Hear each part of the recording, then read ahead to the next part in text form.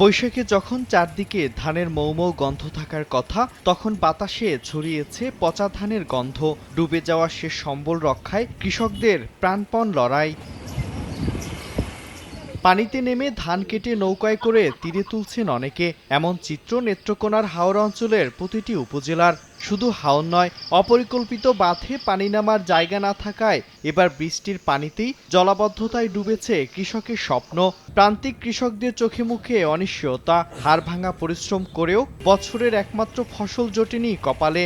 হাওরের পানি ফিরানি যাইতেছে না, বৃষ্টির পানি ফিরানি যাইতেছে না, এরপরে খুব ক্ষতিগ্রস্তর মধ্যে কৃষক। জমিতে সব লোক পানি নিচে, এখন যে কান্দাটি আছে এই কান্দাটি কাটে লওয়া যাইতেছে। 1500 টাকা রোজ কামলা লইয়া ধান কাটাইতেছি, মানে আমাদের কি থাকবো আর হেরারে আমরা কি দেব? সরকারের যদি আনবার বা তে যদি আমরা জীবন বাঁচে।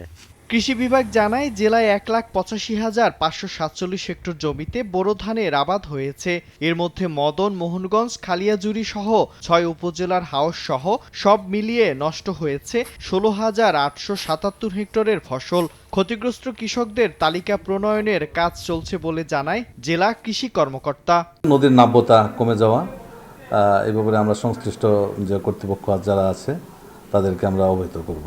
তালিকা প্রস্তুতের কাজ চলছে, আমাদের ঊর্ধ্বতন কর্তৃপক্ষ জানানো হয়েছে এবং সিদ্ধান্ত মোতাবেক পরবর্তী কার্যক্রম নেওয়া হবে। কৃষি বিভাগের তথ্য মতে জেলার 4 লক্ষাধিক কৃষকদের মাঝে এবছর ক্ষতিগ্রস্ত হয়েছেন 77,363 জন। সময় সংবাদ, নেত্রকোনা।